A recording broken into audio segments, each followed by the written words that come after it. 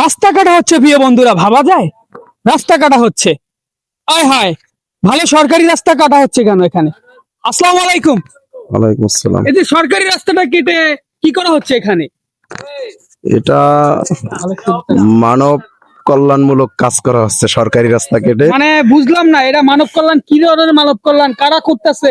এটা তো কাজটা করা সরকারের দায়িত্ব, কিন্তু এখানে মানব কল্যাণে কারা এগিয়ে আসতেছে? মানব কল্যাণে 1 টাকার ফাউন্ডেশনের পক্ষ থেকে এগিয়ে আসতেছে এবং আমাদের 1 টাকা ফাউন্ডেশনের একজন সদস্য তিনি একক সহযোগিতা করছেন। যে সভাপতি আমাদের 1 টাকা ফাউন্ডেশনের বর্তমান যে মিলন তালুকদার, তিনি এটা আমাদের 1 টাকা ফাউন্ডেশন ব্যবস্থাপনা করে দিচ্ছেন।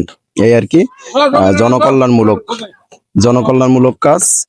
আপনারাও চাইলে 1 টাকা ফাউন্ডেশনে মানে যুক্ত হতে এখানে পারেন। কি হয়েছে, এখানে মূলত সিঁড়ি সিস্টেমে করা হয়েছে প্রিয় বন্ধুরা। মোটামুটি আসলে যেটা বুঝলাম যে এখানে একটা সিঁড়ি সিস্টেম করেছে, অফ দা কেটে উন্নয়নমূলক কাজ করা হচ্ছে প্রিয় বন্ধুরা।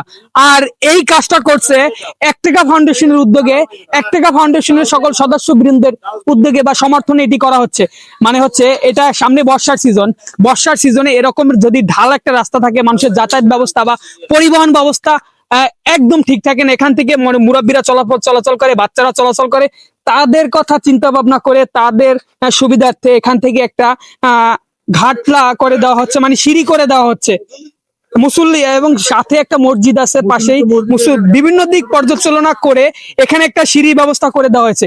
আর এই সিঁড়ির ব্যবস্থা করে দিয়েছেন 1 টাকা ফাউন্ডেশনের একজন সক্রিয় কর্মী, আমাদের শ্রদ্ধেয় বড় ভাই মিলন তালুকদার।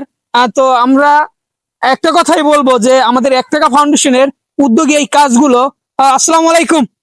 ওয়ালাইকুম আসসালাম রাহমাতুল্লাহ। তো আপনি আমাদের 1 টাকা ফাউন্ডেশনের সাথে কবে থেকে জড়িত? এই কোরবানির পর থেকে জড়িত। এই কোরবানির পর থেকে। তা আমাদের কার্যক্রম কি আগে দেখছেন? হ্যাঁ, আগে দেখছি, খুবই আমাদের ভালো লাগছে। কার্যক্রমগুলো খুবই ভালো লাগে, খুবই ভালো লাগছে। এর জন্য আমিও জড়িত হলাম 1 টাকা ফাউন্ডেশনে এবং সামান্য কিছু অনুদানও আমি দিলাম আর কি। সবাই আমার জন্য দোয়া করবেন। আমাদের এই যে 1 টাকা ফাউন্ডেশনের দায়িত্ব এখন শুধু আমাদের না, এখন আপনারও কিন্তু পড়ে গেছে। তো আপনার শুভাকাঙ্ক্ষী যারা আছে তাদেরকেও বলবেন যে আমাদের মানে 1 টাকা ফাউন্ডেশনের ভিত্তি কারা, মানে আমাদের স্তম্ভ কারা, মানে আমাদের প্রতি যারা ডোনেট করবে তারা তো ভিত্তি খুঁটি দেখে ডোনেট করবে যে এখানে কারা কারা যুক্ত আছেন।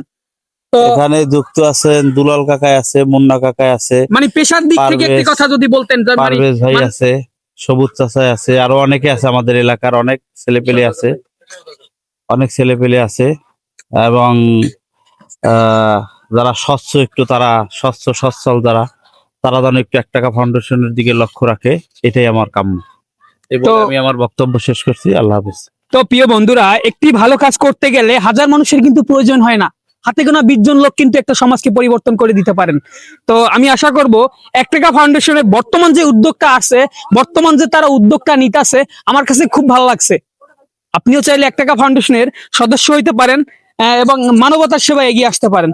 আজকের এই পর্যন্তই। আসসালামু আলাইকুম ওয়া রাহমাতুল্লাহ।